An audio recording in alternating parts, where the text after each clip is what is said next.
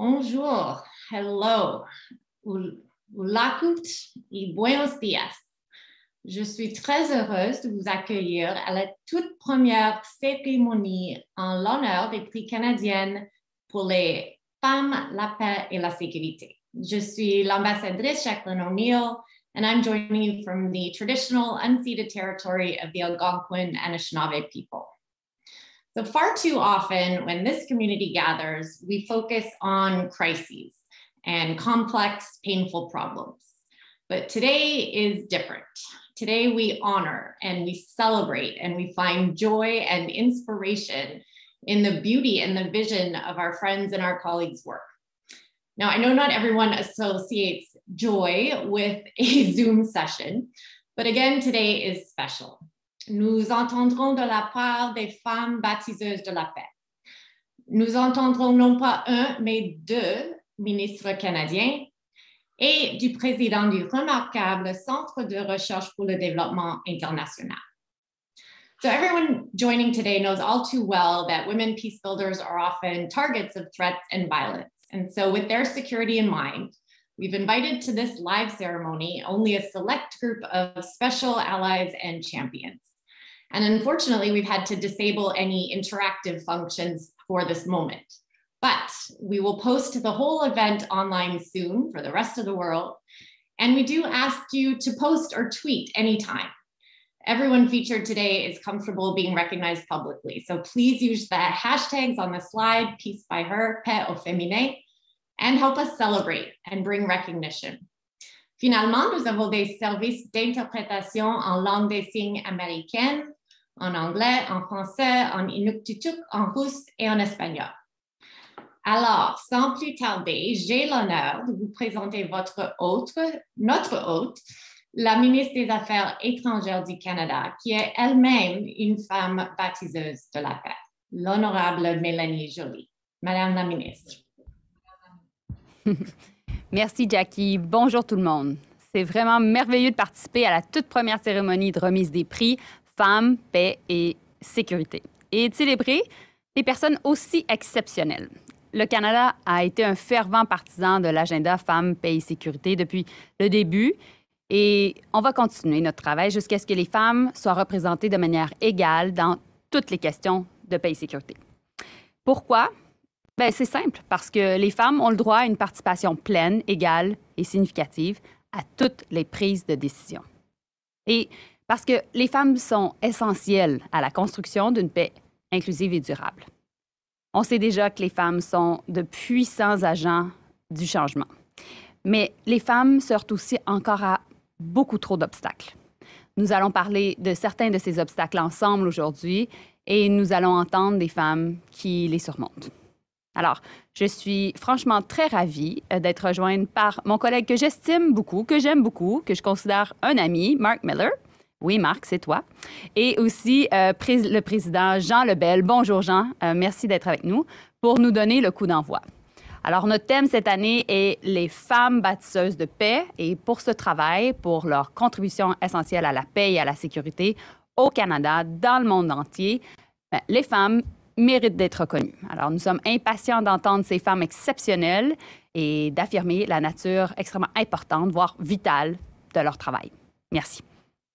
Merci, Madame la ministre, exactement. Et je pourrais dire peut-être qu'on voit clair à quel point ce travail vous passionne. Alors, merci. We look forward to hearing from you later this hour, but for now, let's welcome a long-standing and wonderfully enthusiastic champion of women's rights and inclusion, the president of the IDRC, Dr. Jean Lebel. Merci, Jackie. Merci, Madame la Ministre Joly, Minister Miller, Ambassador O'Neill, distinguished guest. It is a pleasure to be here in this virtual environment. Le Centre de recherche pour le développement international, le CRDI, est fier de faire partie des efforts déployés par le Canada dans le domaine des affaires étrangères et du développement, en travaillant aux côtés des régions en développement pour favoriser le changement mondial. Et nous sommes très fiers d'appuyer cet important programme qui reconnaît le formidable leadership des femmes qui œuvrent à la consolidation de la paix. The awards program goal of strengthening the implementation of Women, Peace and Security agenda aligns with Government of Canada's commitment to Canada's National Action Plan on Women, Peace and Security. The program is also core to IDRC's history of funding research that generate inclusive and sustainable solutions to critical global challenges. Grâce à ces prix, nous encourageons une plus grande sensibilisation et une meilleure compréhension des rôles importants que jouent les femmes dans la désescalade et la résolution des conflits et dans la contribution à une paix durable. C'est un grand plaisir pour moi et pour le CRD et nous tous de vous présenter les lauréates des prix de la recherche sur les femmes, la paix et la sécurité de 2021 du CRDI.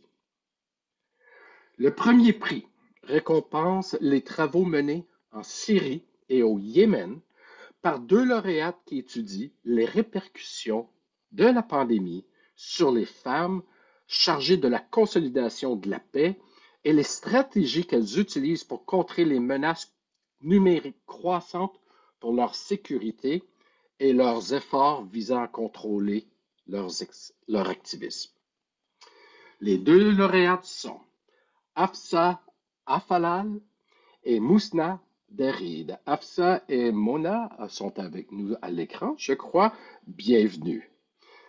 Afsa est une travailleuse humanitaire avec une expérience dans la formation, la recherche, l'évaluation et la gestion de projets au Moyen-Orient. Elle nous parle aujourd'hui d'Istanbul en Turquie. Elle détient un doctorat en sciences sociales de l'Université Rovira et Virgili en Espagne. Mousna est la fondatrice de Women Refugees Not Captives, une campagne visant à mettre fin au mariage forcé et au mariage d'enfants des femmes et des filles réfugiées syriennes.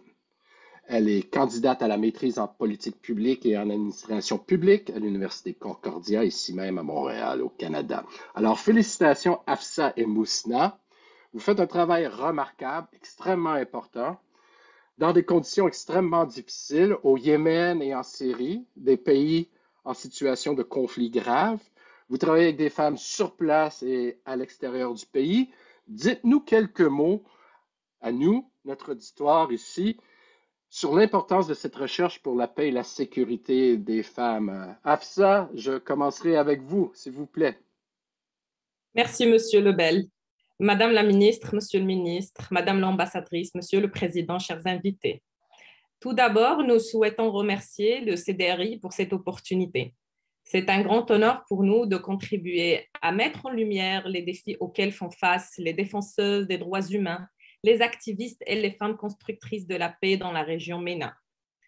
Nous pensons que la recherche dans ce domaine aide à examiner la manière dont les normes sociales et les structures de pouvoir impactent leur vie. Dans la région MENA, et plus particulièrement au Yémen et en Syrie, les femmes jouent un rôle vital dans la construction de la paix, et ce, malgré les difficultés et l'oppression auxquelles elles se heurtent. Non seulement font-elles face à l'intersection de l'oppression de la société patriarcale et des violences basées sur le genre en liaison avec le conflit lui-même, et ce, par différentes parties bien évidemment, mais elles sont en plus exposées aux violences en ligne comme la diffamation, la diffusion de fausses informations, les campagnes de harcèlement qu'elles subissent, ainsi que les outils de surveillance numérique qui visent à les cibler et à cibler leur travail.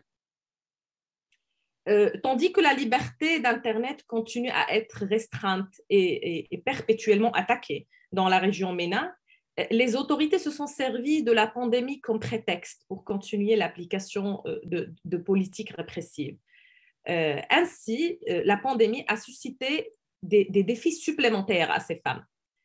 Donc, basée sur une méthodologie mixte, notre recherche aujourd'hui vise à comprendre l'impact de la pandémie sur la sécurité, le progrès et l'engagement des défenseuses des droits humains, des activistes et des femmes constructrices de la paix, concrètement au Yémen et en Syrie.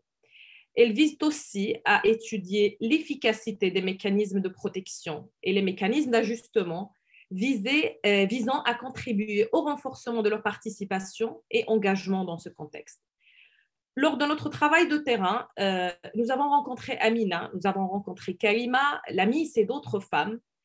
Elles ont toutes partagé des récits des violences en ligne et hors ligne aussi, auxquelles elles ont été soumises, ainsi que les bonnes pratiques qu'elles ont identifiées.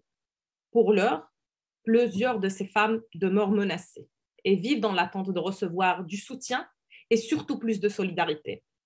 C'est pour cette raison nous visons à travers cette recherche à établir des fondements en vue d'élaborer des recommandations pour les différentes parties prenantes à l'égard des voies de recours efficaces pour l'appui de ces braves femmes en Syrie et au Yémen.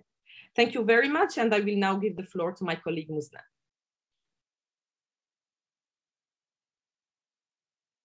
Thanks, Hafsa. Thanks, Mr. Lobel, Ministre Joly, Ministre Mark Miller, and Ambassador O'Donnell. So COVID puts challenges on women peace builders and women rights defenders worldwide, especially in Syria and Yemen, and even in the diasporas. These women continue to face multiple forms of unequal battles against oppression, living within conflict and complex context, fighting patriarchy on all levels while lacking proper protection, as they continue to insist on reoccupying the online and offline spaces and refuse to bow to systematic misogyny, systematic cyber attacks, smear campaigns, censorship, disinformation, and harassment that aim to silence them. According to the initial findings of our research, some women have been silenced and ceased their work, like Riham. Others, like Noura and Rasha, decided to resist and to continue working despite the limited resources, while international law and the international community are still reluctant to recognize these violence and to protect survivors from cybercrimes by providing meaningful solutions. Supporting women peace builders in conflict countries by providing funding, emergency support, fast-track response, and urgent relocation through safe and legal channels are some of the recommendations that we heard while conducting field research and interviews. It's a pressing issue to modernize the international law and to recognize cyber violence as a cause of forced displacement for women peace builders and a real threat to their lives. This would contribute to putting an end to impunity and holding cyber criminals accountable through different channels of international and domestic laws. Between hope and despair, our research pays tribute to local and international initiatives that are trying to offer awareness and to protection to women peace builders. As never before, protecting women peace builders and women rights defenders is a collective responsibility that shouldn't be ignored or postponed. Our interviewees ask for more commitments and pledges to protect them in online and offline spaces. I hope we leave this session today with the new pledges for them. Finally, we acknowledge that the findings of our research are not limited to Yemen and Syria, but it could be useful to extend them to other contexts in active conflict countries or in peace settings countries, such as Saudi Arabia, Egypt, Libya, Afghanistan, Ukraine, and others. Thank you so much. Thank you so much, Afsa and Musna. You are providing us with an illustration of how you translate the voice of women in the field into action and into potential for change in policy. A remarkable piece of work that we're all proud of. I wish you all the best in the continuation of this work, and all the best also to the people of Yemen and Syria as they are struggling in very difficult contexts, particularly women. It's remarkable. Thank you very much for this clear enunciation of the work that you're conducting. Let's move to our second award. The second award focuses on generating a better understanding of the work of Iraqi women parliamentarians and civil society leaders and their contribution to peace building and reconciliation. The research looks at women peace building efforts at the local level and across the urban-rural divide. The award recipient is Marcin Al-Shamari. Marcin, welcome. Thank you for being with us. Marcin is a researcher based in Baghdad, Iraq. She has extensive fieldwork experience. She has a strong record of research on hierarchy, civil society, and hold a PhD in political science from the Massachusetts Institute of Technology, MIT, in the United States. Congratulations, Marcin. Thank you for being with us. Thank you for telling us the story about how women's contribution in political and civil society space that they are into in Iraq is contributing to a positive and inspiring trend that you are witnessing. A society that has been in turmoil, a society that is trying to build back fundamental democratic resilience, and your action in witnessing it, investigating it. Marcin, the floor is yours.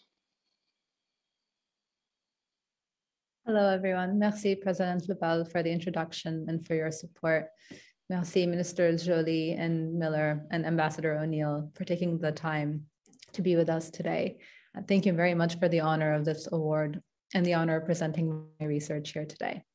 I'm a research fellow with the Harvard Kennedy School, and I'm currently in Baghdad, Iraq, researching with the help of the IDRC, female parliamentarians in Iraq and civil society activists, and how they view their role in peace building, as well as how they view peace building initiatives in Iraq overall. I'm conducting this research through a mix of statistical analysis of parliamentary candidates over time, as well as through interviews with female activists and parliamentarians. As you know, it's been nearly 20 years since the US-led invasion and regime change in Iraq. The post-2003 government was designed to be democratic and to be representative of Iraq's various ethno-religious groups. It was also designed to have a 25% quota in place for female parliamentarians. There's been significant debate in recent years about the utility of a quota and of its potential to be abused by enterprising political actors. Iraqi women, too, have conflicting views of the usefulness of the quota. In October, Iraq held its sixth parliamentary election with a new electoral law. These elections were held early and under election day monitoring from the United Nations and electoral observation missions from various embassies, including Canada. Although the elections had the lowest turnout in history, unfortunately, their execution and integrity was a significant improvement on previous elections. The election results brought new political parties into the scene, as well as new independent candidates who promised reform. The elections also brought down previously entrenched parties and stripped them of legislative power. One of the highlights of the election was the fact that female parliamentarians were winning seats without even needing to resort to the quota. In fact, if you walked, as I did, around Baghdad in those warm days of late September, you'd see so many advertisements for female parliamentarians or female candidates running for office across various districts. Iraqi women are becoming more involved in politics, but the question for me is, does this development herald good news for Iraqi women's rights? Does it herald good news for reform? And I'm trying to uncover this through my research. My research is not yet concluded, but I've discovered that there are many young women who ran for the first time with the reformist agenda in the elections and who came very close to winning. These women have energy, passion, and dedication to grassroots campaigning. But sadly, my interviews also revealed that they have very little working knowledge of how to formulate public policy, particularly when it comes to economics.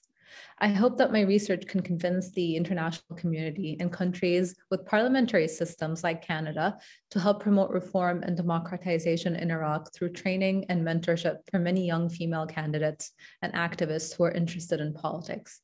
I know that Ottawa has provided training for Iraqi female members of parliament in the past, and I hope this will be extended to female activists who are new to the political arena.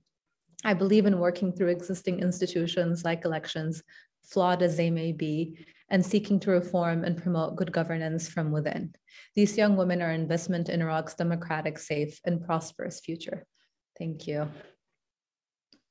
Thank you so much, Marcin. What a fantastic story, moving from a war-torn society to the seas of democracy and now having women playing a full role, but you investigating further and seeing what are the limiting factors and what can be done to improve the situation. Minister Joly, Minister Miller, Ambassador O'Neill, at IDRC, we like to say, we build the platform, our researcher delivers the keynotes. This is what we have done today. What a fantastic story for our country to show how research makes a difference in life and livelihood of women in the field through sound research that provide practical example of what can be done and what is done in order to improve the goods of everyone in those countries, and that reflects extremely well on our own country. Merci beaucoup à vous trois, mesdames. Ça a été remarquable. Merci beaucoup, Jackie, de m'avoir permis de prendre la parole. Minister Joly, Minister Miller, thank you very much for your support. Back to you, Jacqueline. Merci, Dr. Lebel, and those were wonderful keynotes indeed. Félicitations encore, Haspa, Mousna et Marcin, vous êtes toutes magnifiques. Alors, on ne peut pas nier que les concepts de l'agenda femmes, paix et sécurité sont aussi pertinents ici à la maison, au Canada, qu'à l'étranger. Et nous avons la chance d'avoir parmi nous un autre ministre qui non seulement comprend ce lien, mais qui travaille tous les jours pour en faire une réalité. Alors, souhaitons maintenant la bienvenue au ministre pour les Relations couronnes autochtones. Et aussi, on vient d'apprendre l'ami de la ministre Joly, l'honorable Mark Miller. Thank you, Ambassador O'Neill. Merci, Mélanie, pour tes bons mots. I want to start, as Ambassador O'Neill did, by acknowledging that I'm speaking to you today here from Ottawa, from the unceded territory of the Anishinaabe Algonquin people. It's a pleasure and honor to present the inaugural Civil Society Leadership Award today to such deserving candidates. There are many here in Canada who have worked to advance women, peace, and security. Before turning to the winner, I would like to highlight the shortlisted candidates and acknowledge their really hard work.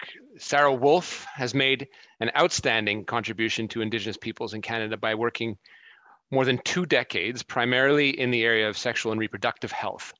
Notably, Ms. Wolf was the founder and managing director of the 7th Generation Midwives Toronto. She also co-led the development and implementation of the Toronto Birth Centre, Canada's first mainstream healthcare facility to use Indigenous governance and leadership framework. And she's the director of the Indigenous Innovative Initiative through Grand Challenges Canada. Dr. Sarah Finnell is a First Nations family physician and public health specialist. Sarah is on the board of directors of both Indigenous Physicians Association of Canada and the board of directors of the College of Family Physicians of Canada. She's co-chair of the Indigenous Health Committee at CFPC and also sits on the Indigenous Health Advisory Committee at the Royal College. Sarah is currently working with both colleges to improve Indigenous health curriculum in all residency program, with much work to do in this country. Madame Raida Hassan est une représentation vivante de l'esprit de résilience face à la violence.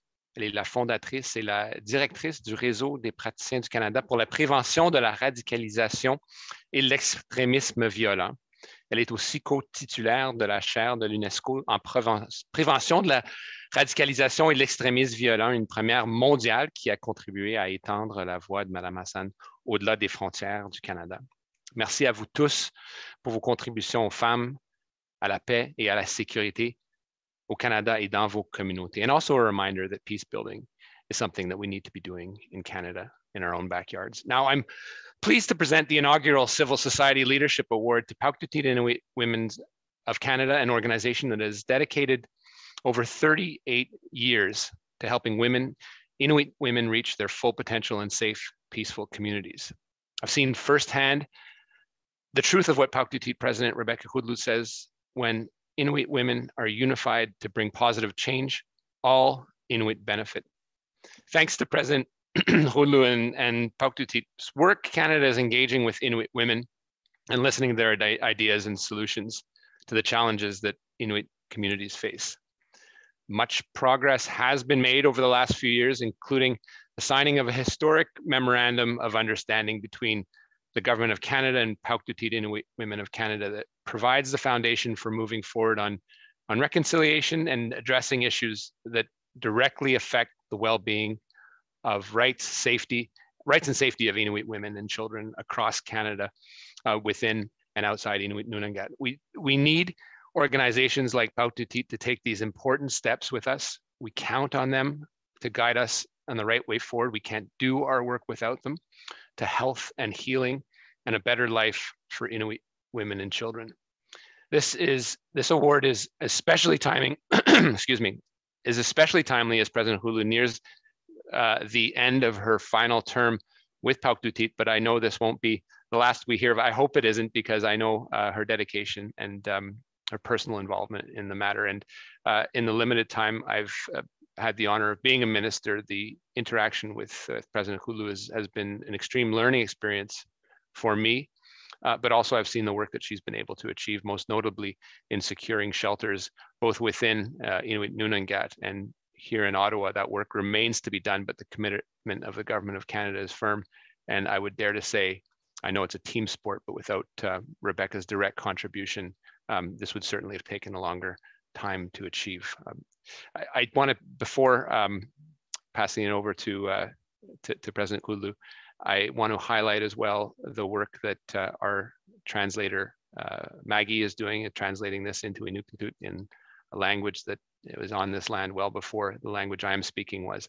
And I want to highlight her work and thanks for this as well. President Kulu, I can't think of a more meaningful way to recognize the incredible work that you and Pauktutit Women of Canada have done and accomplished. It is really an honor to give you this award. Thank you, Nakumik.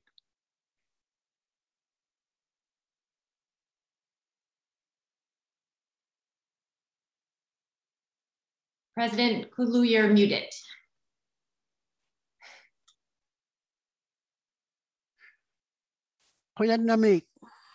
Thank you, merci, Minister Miller.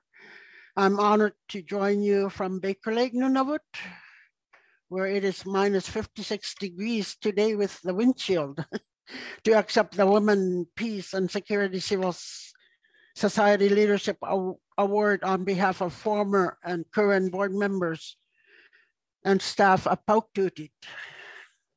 I also accept this award on behalf of Inuit women and gender diverse people across the 4 regions of Inuit Nunangat, Nunavut, Inuvialuit, Nunavik, and Nunatsiavut, as well as those who live in the South.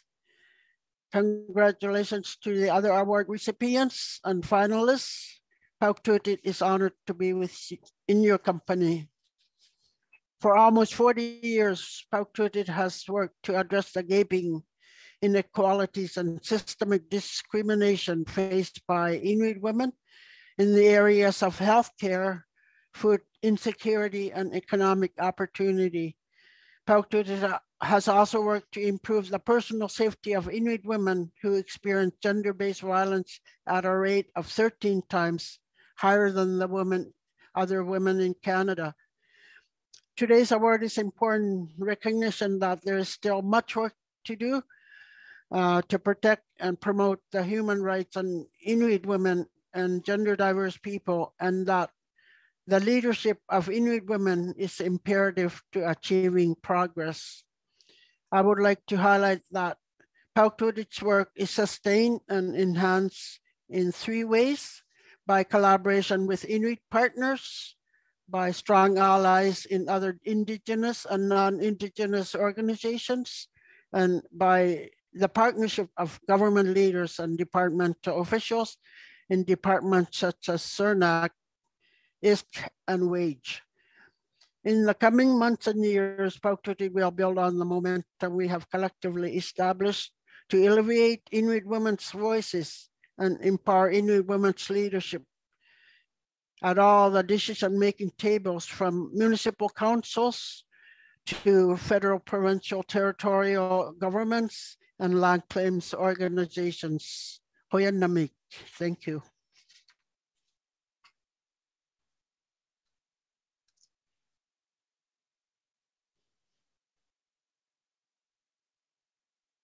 Go ahead, Minister Miller. I think we have you up next again. Yes, thank you. I'm just doing the inevitable politician blunder of not being able to find the unmute button, so apologies. Again, President Kulu, congratulations. I have a few questions for you, and I'm sure you'll have the answers. The first one is a general one on the implementation of the United Nations Declaration on the Rights of Indigenous People, an act that we passed earlier on this year, as well as a very important federal pathway plan and the work that you contributed in the MMIWG Inuit Action Plan. These are historic opportunities to ensure Inuit women, girls, gender diverse people enjoy the same quality of life and standards and outcomes as other Canadians, a very basic premise. And however, for these opportunities to be realized, and you addressed this in your speech, Inuit women must be valued and be equal partners in the operationalization and monitoring of the UNDRIP legislation, as well as the implementation of the Inuit Action Plan. What concrete actions that do you feel the government needs to take to ensure that your people, as well as First Nations and Métis women, are full equal partners in implementation, both of UNDRIP and the MMIWG National Action Plan? I think the fact that we have a memorandum of understanding signed between the Government of Canada and PAUC in 2017, and more recently confirmation of sustained operational funding is a critical step to go forward. It is critical to increasing PAUC's capacity to undertake strong advocacy work, both in policy and programs areas in a wide range of issues.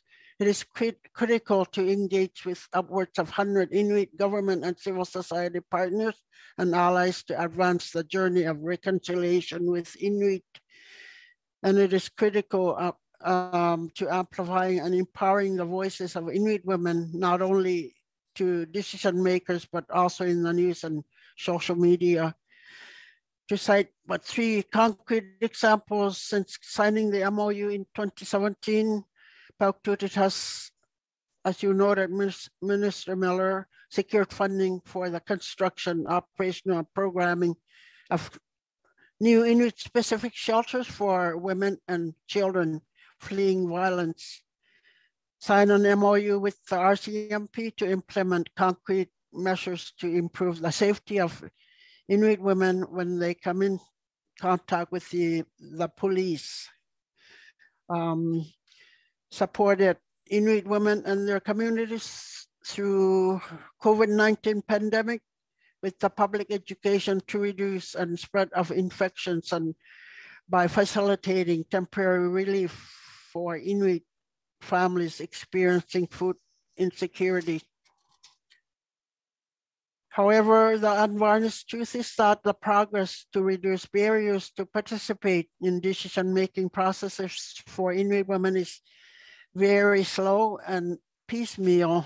While we are now invited to the decision-making rooms, most often we are still denied a seat, a vote at the tables. This is true at the community, regional, and national levels, where the capacity and talents of Inuit women and Inuit women's leadership to address critical challenges are too often diminished or untapped, as well the many contribution and achievement of Inuit women undervalued and unrecognized. All of these makes receiving the Women, Peace and Security Award today especially meaningful and uplifting for PAUC and Inuit women. Poyanami. And I think your question to me will be also a question to you about the UNDRIP.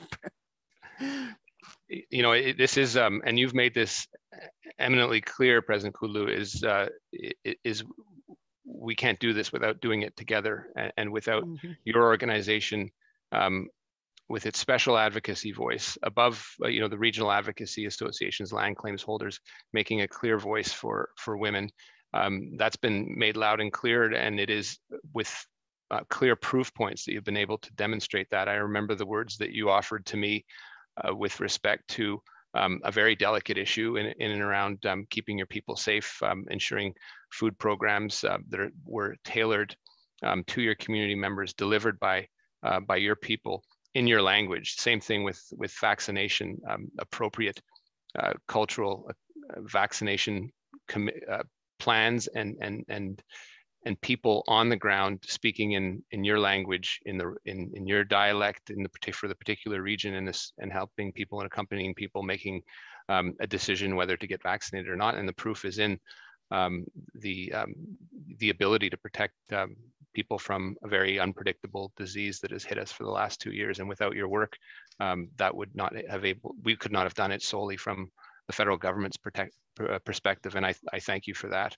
And tied into the long-term goals and the lens that we are now looking through, the many investments that the government of Canada has said so and evidenced in budgets, this plays into the relationship that you highlighted earlier in your answer, that has been evidenced in the memorandum that we signed in 2017. But those things we have to collectively breathe some life into and continue to work together on. And that is something that we have to do as part of the federal implementation of the Murder and Missing Indigenous Women federal pathway and its action plan, particularly in measuring outcomes.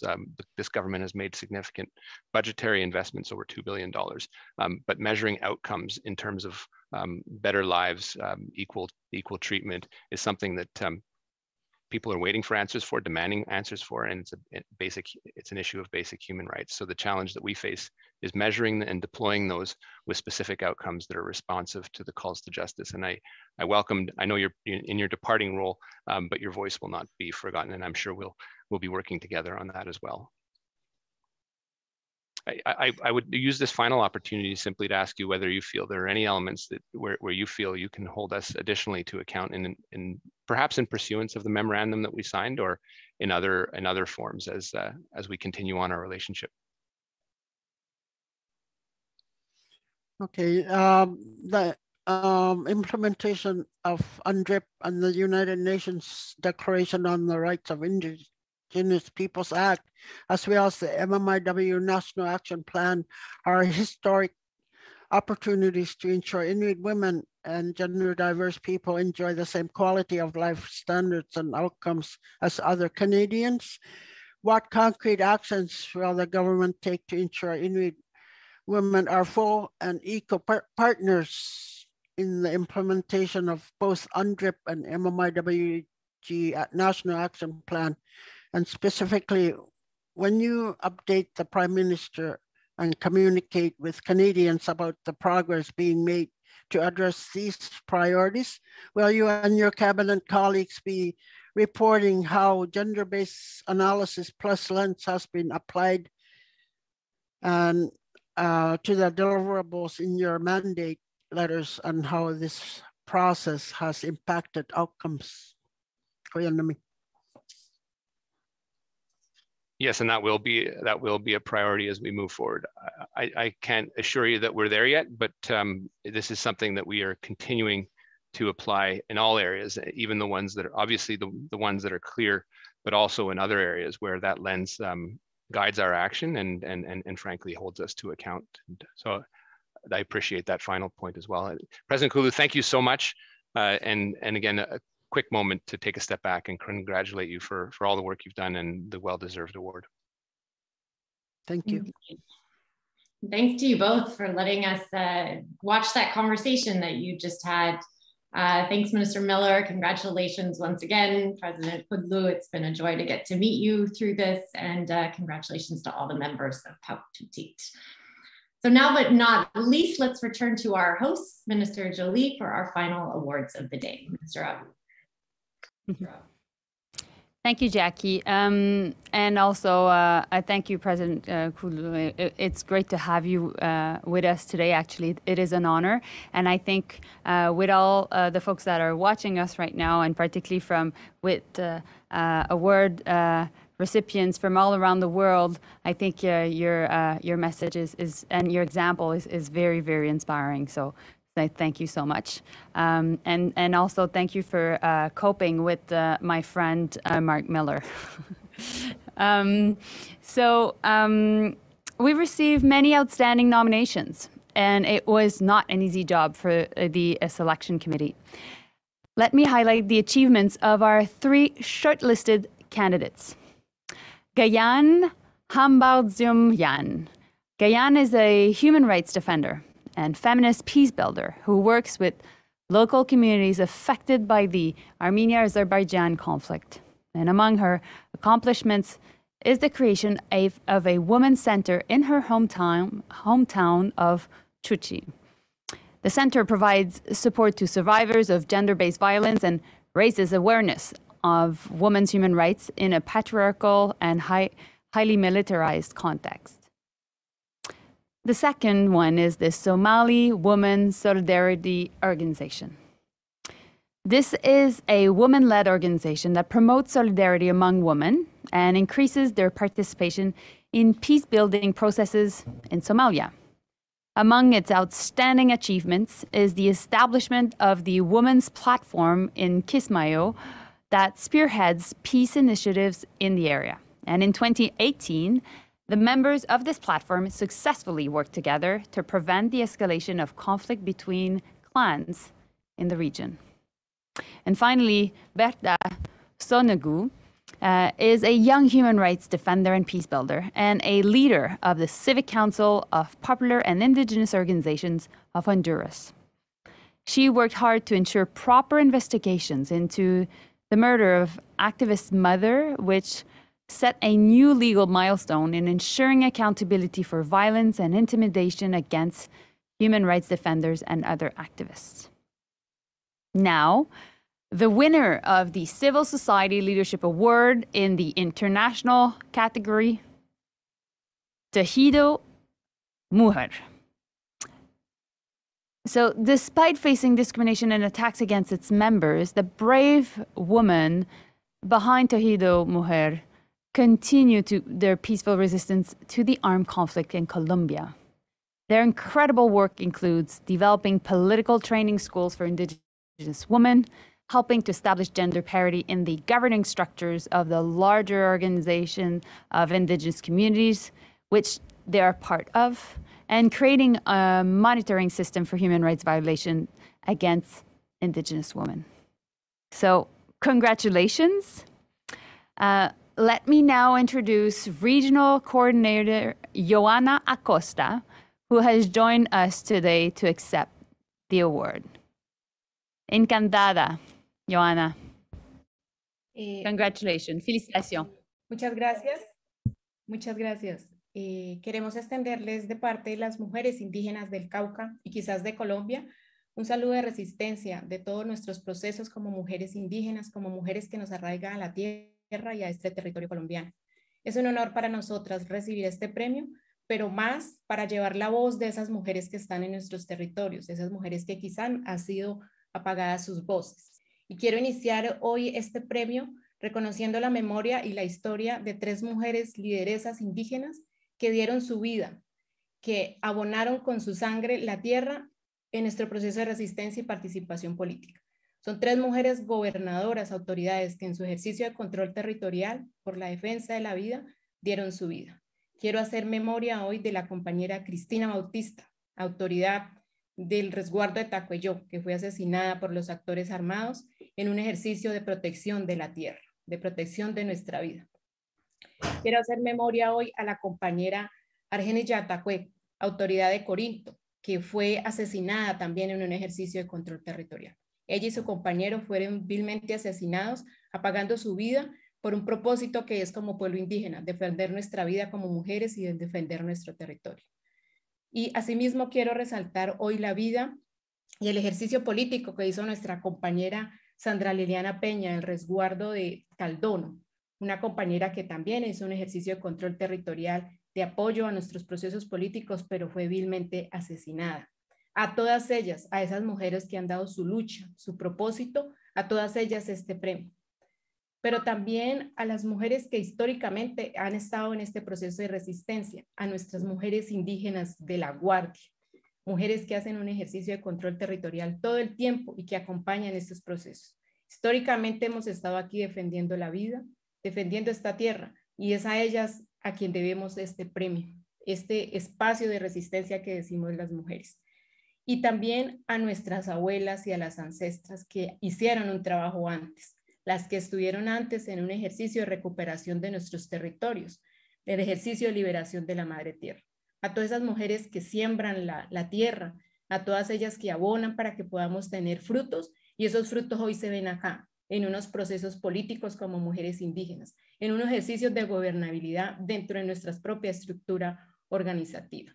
Entonces, a todas esas mujeres que han hecho esos procesos organizativos, que se han formado en la organización indígena como la Asociación de Cabildos Indígenas del Norte del Cauca, la Changua, la Kiwe, y que aportan a la construcción de la paz, de esta paz como Colombia, como pueblos indígenas.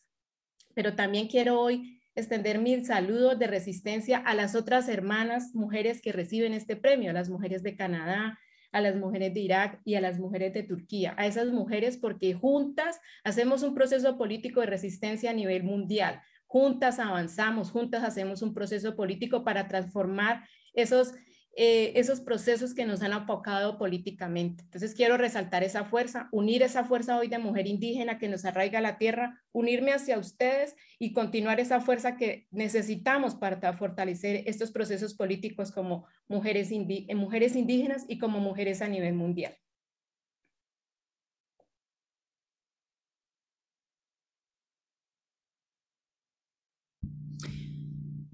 Thank you, Joanna. Gracias. Obviously, the examples you just gave us of violence and discrimination that women face in your region, in Colombia, and around the world is exacerbated when in time of conflict. And you spoke very eloquently about it.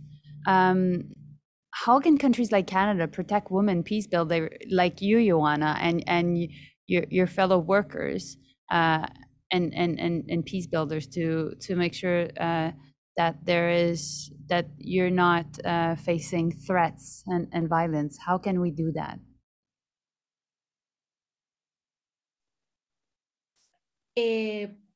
Podría hacerse a través de fortalecer nuestros propios procesos que tenemos como mujeres indígenas, lo que nosotras venimos caminando y soñando, lo que nuestras mujeres anteriores han dejado para que caminemos. Nosotras como mujeres indígenas andamos en el camino de nuestras abuelas, entonces en ese caminar tenemos nuestros espacios como la formación política, nuestras escuelas de formación política que están todo el tiempo, pueden venir a fortalecer esos procesos de las escuelas de formación política, nuestros espacios de acompañamiento, que es concretamente la sanación de los saberes ancestrales, de nuestros saberes que tenemos como mujeres indígenas, el fortalecimiento de esos saberes, manejamos nuestra propia espiritualidad, manejamos nuestra propia ritualidad, fortalecer todos esos procesos en nuestras dinámicas propias, fortalecer todos nuestros procesos de incidencia política con las mismas autoridades indígenas, con nuestros propios gobiernos, pero también con las otras organismos institucionales a nivel colombiano, y fortalecer nuestros procesos a nivel comunicativo, visibilizar la situación que estamos viviendo los pueblos indígenas a través de los medios de la comunicación, la situación que estamos viviendo las mujeres indígenas, visibilizarlo a nivel mundial para que de alguna manera esta situación que estamos viviendo acá a nivel territorial se dé cuenta hacia afuera, que no ha sido fácil, pero que ustedes nos permitan comunicarla y transmitirla, tanto lo que tenemos fortalecido como lo que nos está pasando. Y fortalecer nuestro espacio de derechos humanos, que es el espacio del observatorio del tejido mujer, un espacio donde nos reportamos todas las situaciones y casos que vienen sucediendo en las mujeres indígenas, y luego con eso reportamos y hacemos un informe donde es manejado desde la estrategia de incidencia a las autoridades y a los otros organismos del Estado. En sí es fortalecer todos nuestros procesos organizativos como mujeres indígenas para nosotras mismas fortalecer nuestra organización indígena propia a nivel del Cauca y a nivel de Colombia. Bueno, yo quisiera también compartirle a la ministra una pregunta, y es ¿cómo usted como ministra y como mujer puede abordar esas barreras que enfrentamos las mujeres y que enfrentamos las mujeres indígenas, que nos excluyen de estos procesos de toma de decisiones, que nos excluyen de estos procesos de participación política?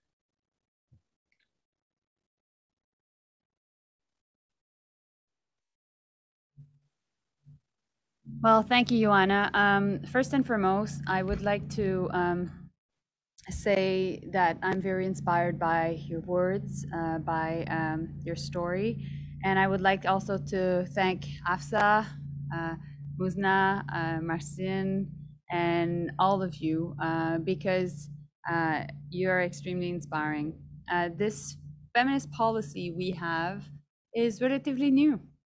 And from the moment we took the decision to go ahead and establish this feminist policy and eventually make sure that it would be a priority and appoint a fantastic ambassador such as Jackie, and eventually making sure that the funding would follow through and reach to all of you, it takes time. And it takes commitment, and it takes also a lot of leadership on the part of all the team that is behind this event, but also all the team that is within the Foreign Service of Canada. So I just would like to thank all of those that have been involved. We're not many countries in the world that have a feminist foreign policy. Sweden has one, we do have one, and Germany recently said that they wanted to go ahead with one. So good news, we're inspiring other countries. But meanwhile, we know that there is still discriminatory legislation around the world. And we know also that there's harmful social norms. But the world needs you. We all need you.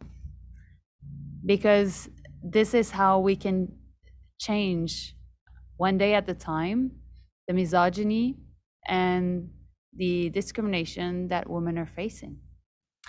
And so it is not only a responsibility for the Foreign Affairs Minister in Canada. I take this as a duty towards all of you and a duty to people in Canada and the world. And so we must do this with an enormous amount of humility.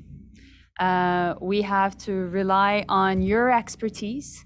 You know best what is happening in your region, in your country, and you know, we need to make sure that we are in listening mode as well, because women need to be heard, and we need to be there listening to them while they're expressing their thoughts and their emotions. Meanwhile, we need to make sure that women participation in the decision-making process is much more a reflex. We want to make sure that there's more financial support to organizations that promote women's human rights. An example is also the fact that we have the Equality Fund and our Women's Voice and Leadership Program.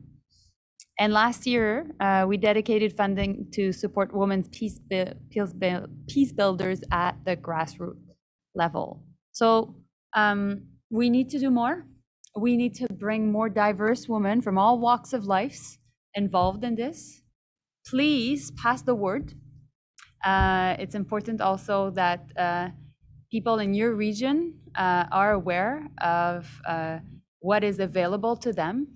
And that's how we will be able to make sure that every woman feels safe and has its space and place in our society. So last year we launched a campaign which is called Peace by Her, to recognize, support, protect, and include Women Peace Builder. And we'll continue to make sure that this work, spearheaded by Jackie, is really included in all the network of missions around the world. And so I really hope that this awards program and our conversation today was a good way to shine light on fantastic women with great personalities, resolve, and that you are empowered by the recognition that we just decided to provide you, because we believe in your potential. So thank you so much. Merci beaucoup. Merci. Thanks so much, Minister. I love the word reflex. It's a great one. Let's get to a point where this inclusion is so obvious and so natural and just a reflex. So thank you. Y gran felicidades, Señora Acosta. So as we wrap up, I want to thank all of our nominees and our finalists and winners today You are all now part of you're founding members actually of an amazing club, and that club is going to keep growing. We're just delighted to announce that next year's theme will be inclusive peace and security. So stay tuned for more information on that. But for now, please spare a thought for our dear colleagues on the selection committee, whose decisions next year are sure to be no easier than they were this year, and who we really thank very deeply on behalf of the Government of Canada for their time and their wisdom. Merci, Dr. Lebel, Ministre Miller, Ministre Joly. Merci à vous et à vos équipes fantastiques, et en particulier, peut-être que je pourrais dire nos collègues ici à PSOPS. Thanks to all our interpreters and the technicians who made it possible for us to be together. And finally, thanks to everyone watching. I'm going to ask all of our awardees and presenters to please stay on so we can take a hopefully dignified looking group photo. But to everyone else, merci et bonne journée. Thank you so much for joining us. All right. Prenons une photo. Let's think of the minus 56 degrees that President Hoodloo is living. If we can all turn on our cameras, everyone who received an award. Nicolas, do we have everybody? And we can say cheese, women, peace and security, femme, paix et sécurité. Okay, so everyone cheese now. Won't be long.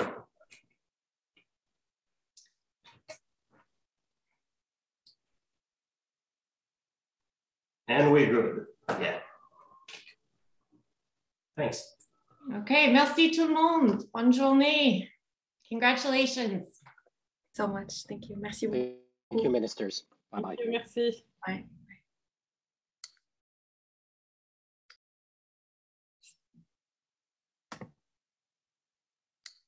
You were all great, everybody. Thank you so much.